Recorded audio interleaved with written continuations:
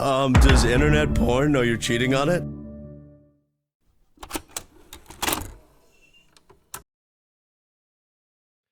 Hey everyone, welcome back. Today's reaction is from Mug Thief. It's about Metaphor ReFantazio, which just came out less than a week ago, I believe. Been playing it on stream. And it's the newest game from Atlas. Alright, let's get into it. Metaphor ReFantazio is the new game from Studio Zero, the people behind a lot of the Persona and Shin Megami Tensei games, and I'm here to recommend it, because I think that whether you're a fan, which you probably already picked the game up, or if you're new to the series or have been hesitant to jump into other games by the studio before, this is the one that you should probably start with, and I'll tell you why. By the way, hi, I'm Mug. If you're new here, welcome, and if you're not new here, welcome back.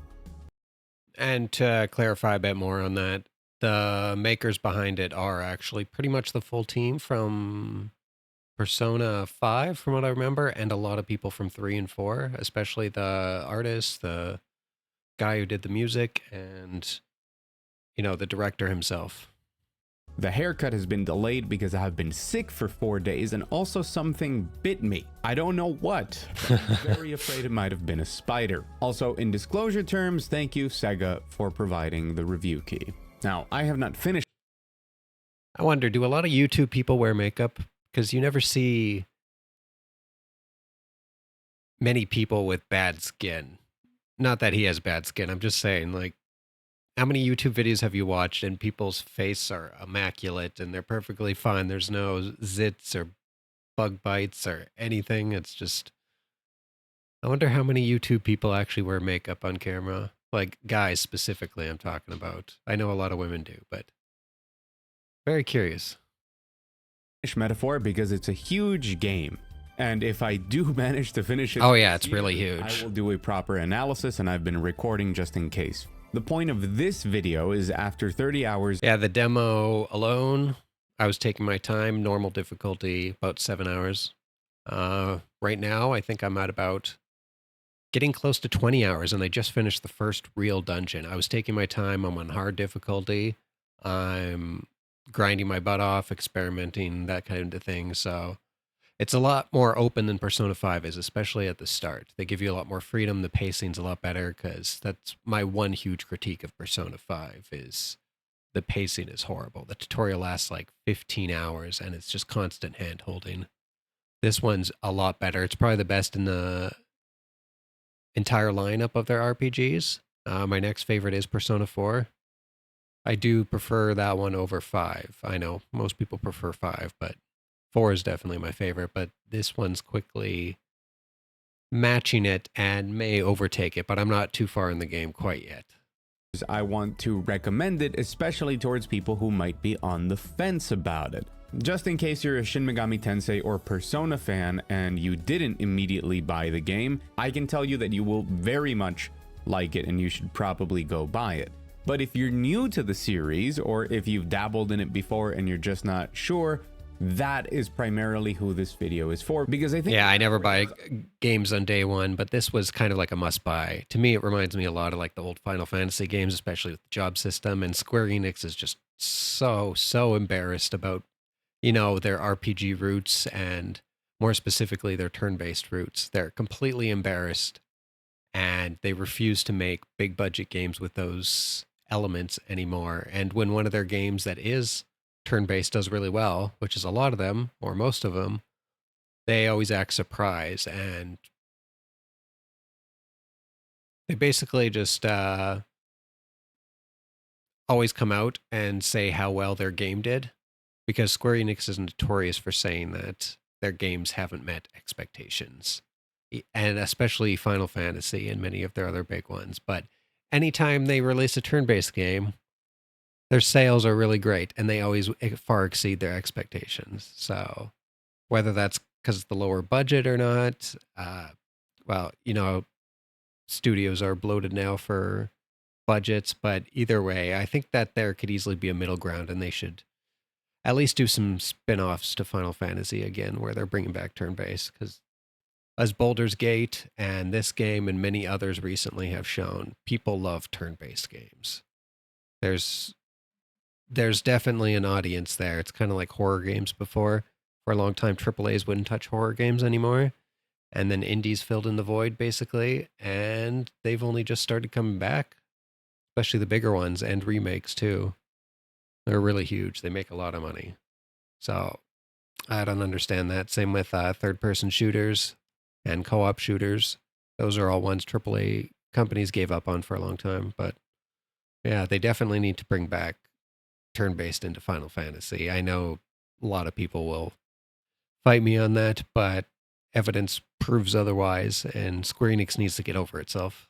A lot of really smart things that are going to appeal to people that normally haven't enjoyed these games or have been hesitant to jump into them. Now, as a brief setup, Metaphor is a party-based, turn-based Japanese role-playing game set in a completely fantastical world. Think something around the typical fantasy archetypes where you would have things like different races like elves and dwarves, but in this case they are their own reinterpretations with their own political conflicts and their own reasons for being and distinctive features. The story follows the protagonist, which is voiced and you are meant to embody. You have a lot of different decisions to make throughout the story, not many of which have been of severe consequence so far, but in very Persona style fashion, it does. It's also a much more serious story.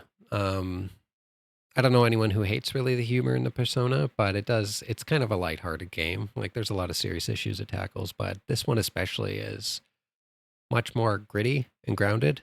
When they do humor, it's very subtle and it's kind of not out of place, but it just kind of sticks out, and it's actually really good humor, the bits that I've seen. So I really appreciate that it takes itself serious, but at the same time that it can have fun. It still has that clear Persona team humor. Does affect your social links and your relationships with other party members and other characters. But this is a very shonen style story, very grand, starting from nothing and then building up to the biggest conflict imaginable in this world. It really does have a bit of a shonen spin to formula. Oh yeah, so far it's doing the political intrigue way better than Final Fantasy ever has. I know people like those stories, but they never quite nailed. Anytime they did the political stories, they're always lower on the tier list for Final Fantasy stories, and this game definitely feels what FF12 tried to be forever ago. It hit all the right notes for me. It's kind of the next turn-based RPG we've been waiting for since we got Final Fantasy X. At least the fans who used to play those games, 10 and before. I've been waiting a long time for something like this to come around, and it's really great. With before, in this case, you have a cast of villains over a series of different stages. There are very concrete moments in the story where you are meant to face down each of the characters, at least so far. But this time it's all wrapped up in a much grander scheme right from the start.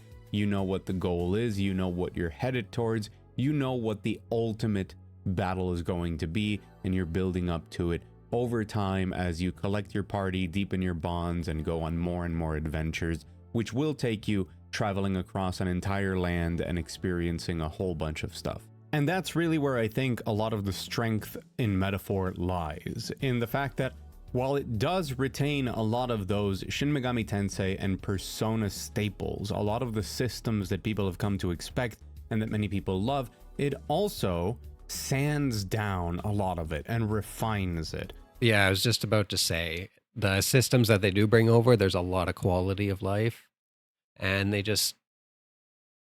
streamline a lot of it, but not in a bad way. They don't simplify it. They keep it as it is, but they trim a lot of fat.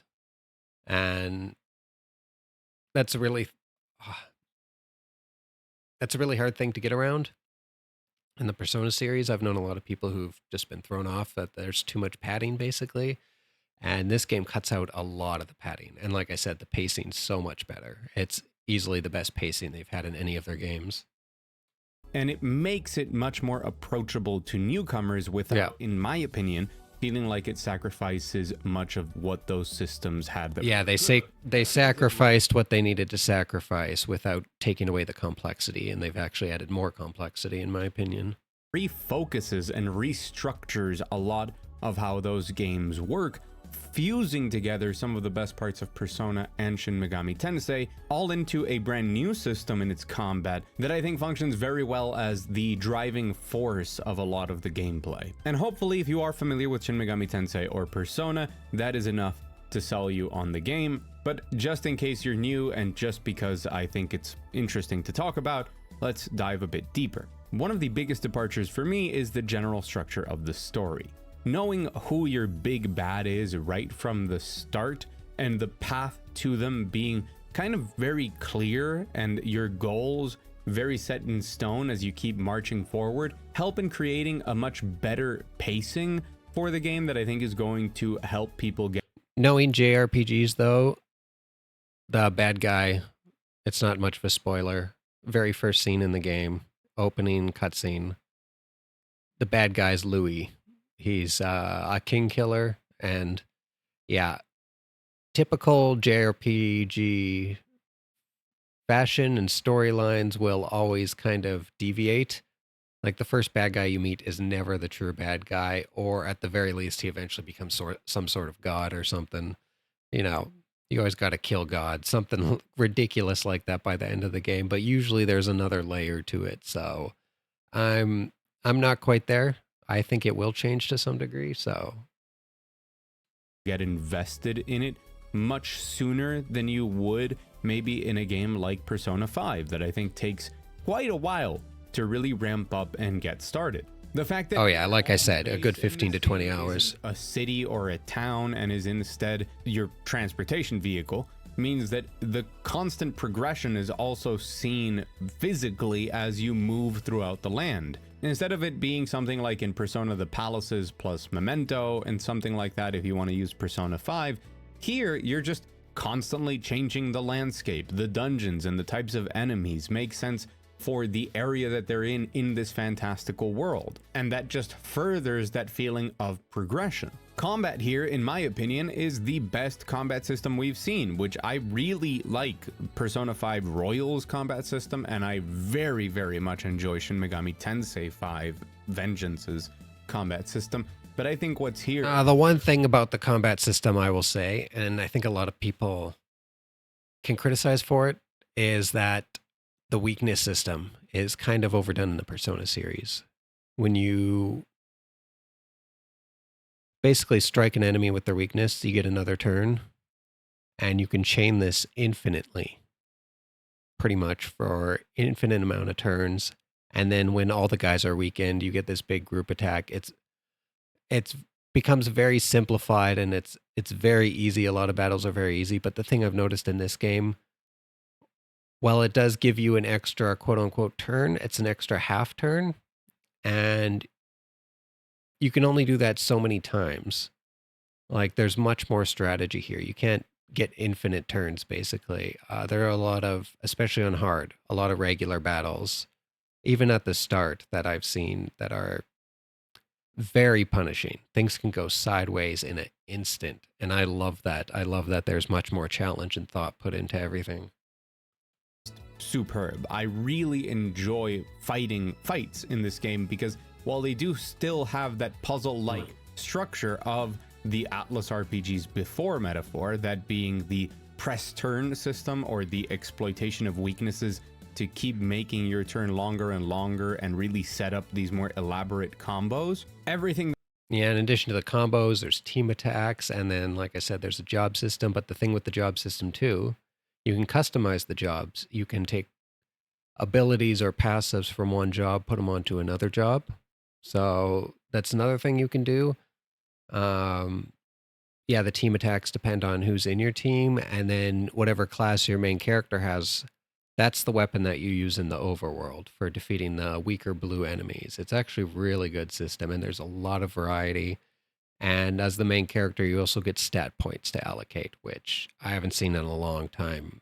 Doesn't matter what game. Games just don't do that anymore, and I love that customizability. It's amazing. That surrounds that is basically a Final Fantasy style job system where every single one of your party members can level independently from their character level different jobs. And not many people know this. And this is a great system that they have. when you max a job out, you don't feel forced to play another job. Because if you keep playing that same job that's maxed out and you level up again, it's always 1000 XP, so it's a flat amount. You get an item that gives you 1000 XP that you can use on any character and any job that isn't maxed out. So the XP that you're quote unquote wasting for maxing out your job isn't wasted at all. It's an amazing quality of life, and you can just keep, if you really want, you can keep playing the classes that you love and then leveling up the classes kind of in the background. And I imagine this is going to get better and better as the game goes on, because then you don't have to feel like you have to sit down and grind a class that you really don't want to play. Like if you just want an ability or two from that class. And some of the classes require that you level other classes too. So I imagine that'll get much better down the road too, because you can also use those items to unlock a class that you also don't want to play. So it's great. There's a lot of great things in this game.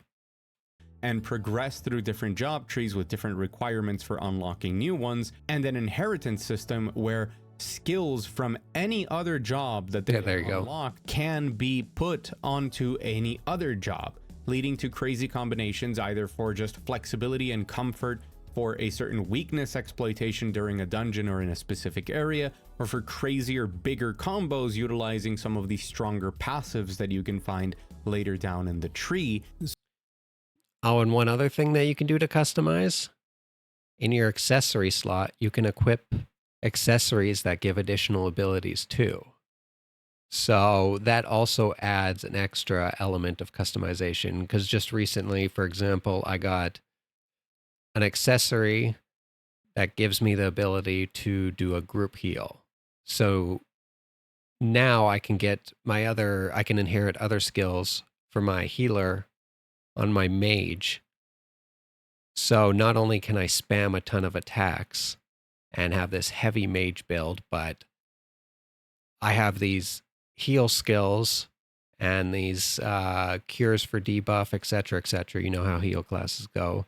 I have that on my mage, and then on top of it, I have a couple heals now too because of equipment. The heal all plus an inherited normal heal. So it's like a combined crazy red mage, but like to the extreme for Final Fantasy fans out there. It's really, really fun. So that means you can range from giving your tank the ability to heal the entire party, or giving a physical bruiser a bit of magic so that they can exploit weaknesses during a dungeon, all the way to bigger passives like increasing your MP reserves or increasing the damage dealt with basic attacks. And there's no restrictions on classes, so you can stack the 3 same classes, and there's even passives which grow stronger if you have multiples of the same class in your party.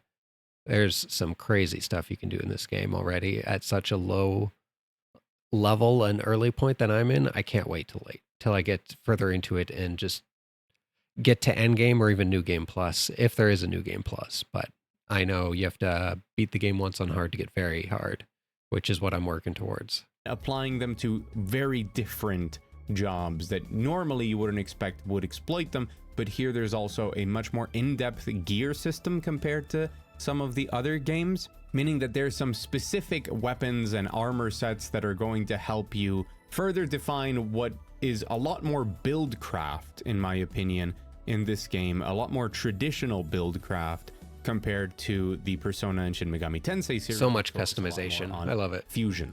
It's just a very different feeling and a very different progression that feels a lot more immediate, at least compared to what those other Atlas RPGs have been before. There's this sense of feedback as you level up every single archetype, and you always have something very clear to look for that doesn't feel gated by which monsters you encounter or what fusions you have available. And in a weird way, it doesn't feel as gated by grinding. Oh yeah, and every class you unlock also eventually evolves into a stronger version of said class. So there's evolutions of each class, which adds even more variety. I don't know if they're going to consistently get stronger. I'm sure there's some cases where the base class or the second version is much better than the third. because as you keep progressing, leveling up some of those basic jobs is basically trivial, leading to a lot of creativity and expression being at the heart of the combat system. It also, in my opinion, as for example, a person who absolutely loves Fire Emblem and considers it one of my favorite series of all time, I've always been a big fan of attaching that sort of progression directly to a party member, which in Shin Megami Tensei I felt wasn't ever that strong, especially considering that most of the time in SMT you just have an assortment of different monsters. And in Persona, I think that attachment was always a lot stronger in the social relationships that you have with your party members, more than it was through the feats that you accomplished in gameplay or grinding them up just experience-wise, right? It was always a lot more important the passives and the benefits that you obtained for them through the act of talking with them. Where here, that more traditional JRPG grind of building up each of your party members and turning them into the ideal version of themselves for combat feels much more rewarding and had me feeling much more attached to them. And the social stuff isn't gone, so overall, I just enjoyed my time with my party from much sooner here than I did in something like Persona. Now, the game does want you to be The social aspects are also way better, by the way. It cuts out the extra grinding you need. You don't have an affinity system with them. At least that's the way it seems so far. Any like affinity points you get are just given as Magla, which is like the class currency. So instead of affinity, when you select the right options, you just get this currency instead of, leveling up a character's affinity. So it seems like at certain points, regardless, you unlock the next character's level. So you don't have to spend days doing activities with people and not unlocking them. Like I said, everything's much more streamlined. It's so much better. switching all of your character's jobs out quite a lot depending on what you're facing, but there are still obviously better builds for each of those things. And if you're willing to put in the time to grind and to really plan out where you want a character to end up at, you're going to feel those advantages in combat with the list of different things that you can do and how you can exploit, and you will feel very strong and therefore feel very rewarded for either that grinding or those smart decisions in that build craft. Especially on hard, from what I've seen. Side of the game is the real-time elements that now exist, which again, Hard's actually hard at points. It's really great. It's not all a cakewalk like most games. Hard mode now just means absolutely nothing. I play most games on hard. It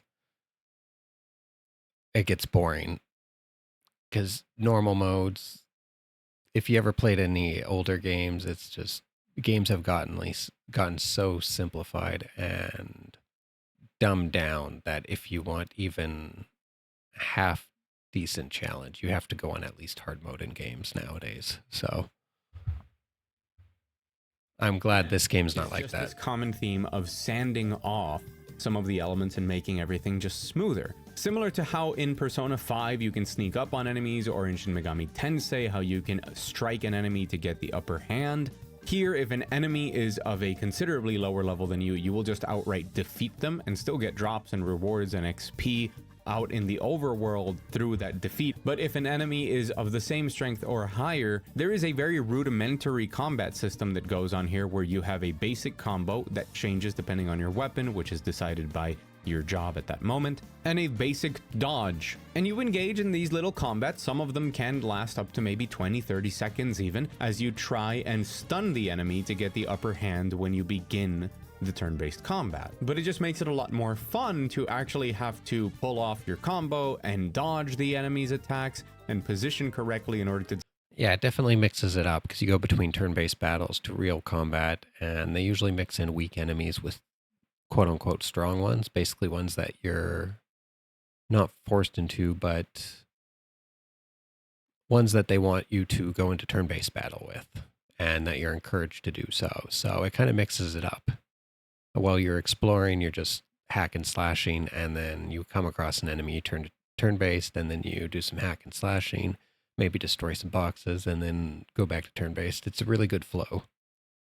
deal damage and reach there, and makes it overall a lot more rewarding than I walked up to them and pressed a button. This also means that you might find yourself side questing in some of the extra dungeons here and be over leveled for them, and they turn into mini dynasty warriors as you run down hallways and Funny, he said that I was going to mention Dynasty Warriors, but like lighter version with less enemies. I didn't expect him to say that at all. That's hilarious. absolutely destroy a lot of enemies. Which, by the way, if you're taking advantage of your passives, for example, the Merchant's passive, to have every single defeated enemy drop quite a lot of money, you can farm these dungeons to get a lot of gold, which again, just providing an option for somebody who doesn't want to worry as much about how much gold you have, you can grind that there very easily on your way without wasting time. MP has always been the biggest restriction on how much you can really engage in combat in these games, and very early on it's addressed with the Mage job, which has a very early passive that allows you to recover MP after fighting, and you will find more items and passives and skills that allow you to recover MP much earlier on here than you would in other Atlas games. It is still very restricted though, and that mage getting your MP back, that is just for your main character. So you're still very much restricted with MP. It's just not quite as bad as Persona.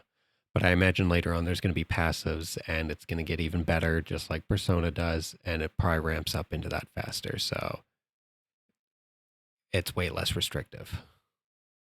So far, it's been a really nice balance.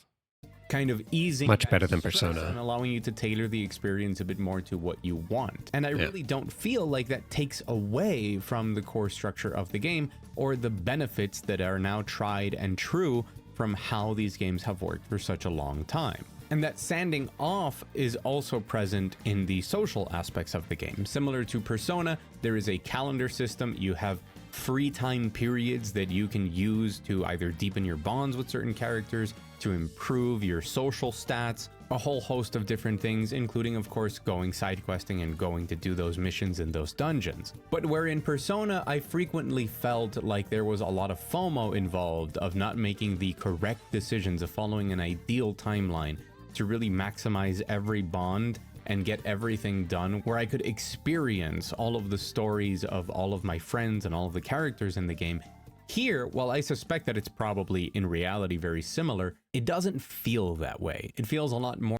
And that ties into the pacing. And when I say pacing, I don't just mean the story or getting to gameplay and the flow between the balance between story and gameplay. Like the pacing in the story itself, the pacing in the gameplay, everything's paced so much better than the Persona series. It really stands out.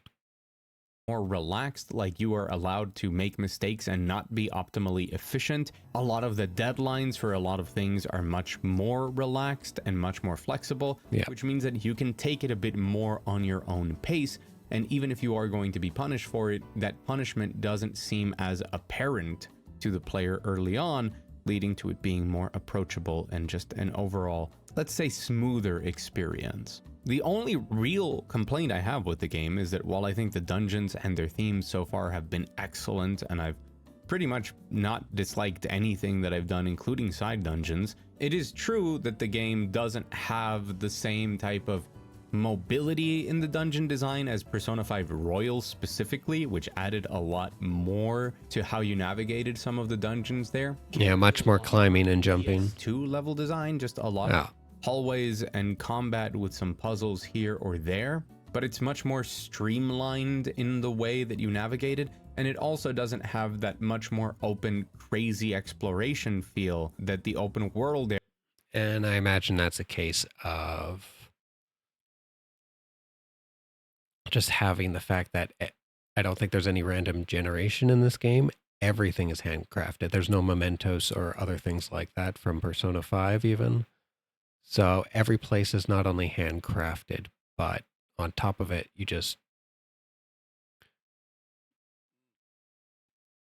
don't ever have to worry about random generation. And the amount of dungeons is way, way bigger.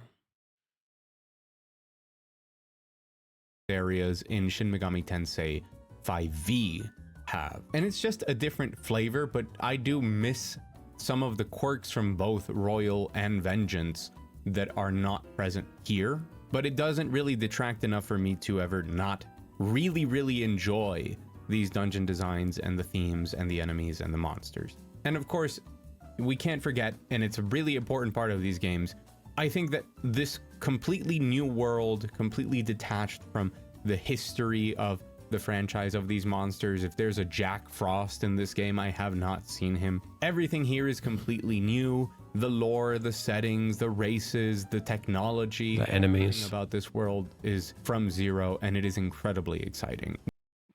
And that's the thing. Persona reuses so many assets, between each game that this is the shortcomings of the game are understandable at least, but it feels a lot more fresh. So regardless of how you look at it, everything is different and new, and it shows. It's really great. This is immediately one of my favorite fantasy worlds I've ever experienced, from the way that it deals with religion and a lot of the themes surrounding it, a lot of the social commentary that it has to place, and the way that it creates the titular metaphors in the game. But just the personality and the logic and the construction of this world and the reasons that it is the way it is, aesthetically, and the characters, all of it, to me, just hit immediately from the first moment I ever saw this game. And playing it, I can confirm that it's as excellent as I hoped it would be. These are some of my favorite party members in any JRPG. They're up there with Persona 5 and Dragon Quest 11 for me. These are just incredibly well written, very well voiced, and the world is a joy to explore. And the theming, even secondary characters, the voice acting is really great in this game. There's such a huge variety of voice acting too. I kind of wish there was a little bit more of it.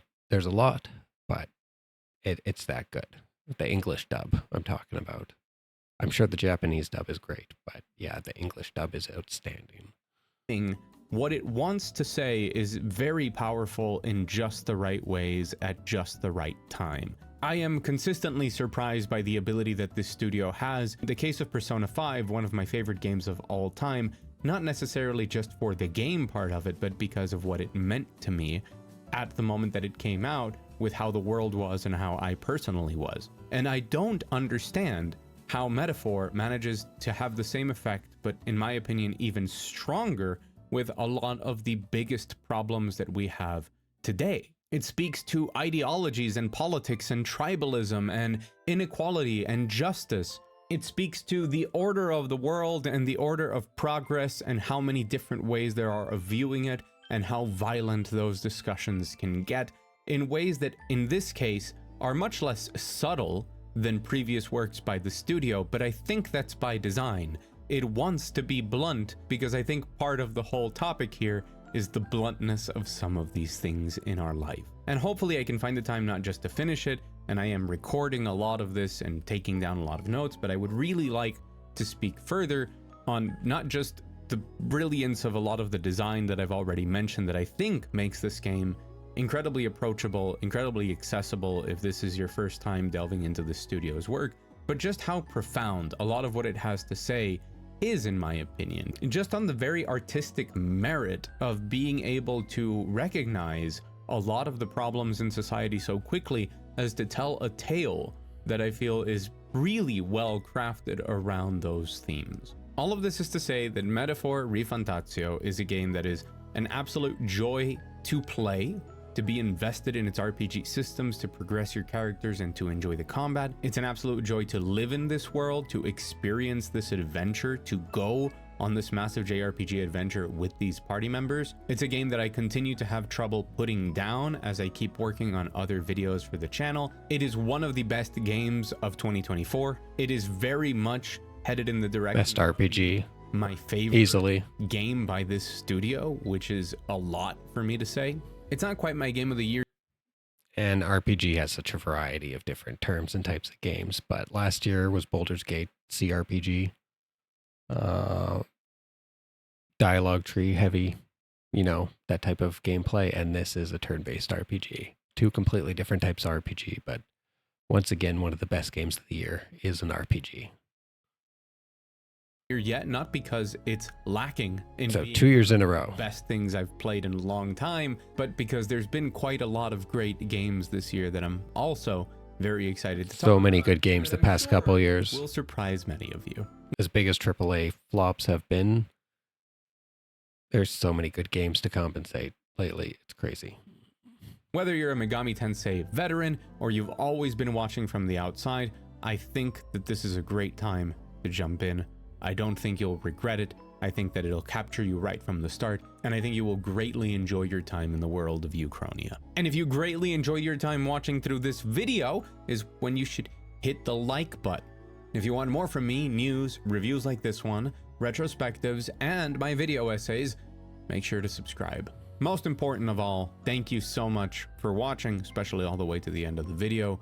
I truly appreciate it. An extra special thanks to my patrons up on the $1 patron wall. It's called that way because there's only one tier, $1, but they support everything I do. There's been a lot of new patrons. Thank you so much. We're close to having to redesign this wall again, but Yeah, the guy's been growing fast lately. in what I do in the channel, even if it is, I guess, these more traditional reviews like this one. And as always, go out there, enjoy some video games. Today I would recommend Metaphor, ReFantazio as the game, and I will see you again very soon. Yeah, definitely go check out Mug Thief. Subscribe. He's an amazing channel. He's been up and coming now for a fair number of months, but he's grown a lot in the past few, and I constantly watch his channels on my other personal one that I use. And yeah, he just puts out amazing content just constantly, time and time again. So definitely go give him a subscribe.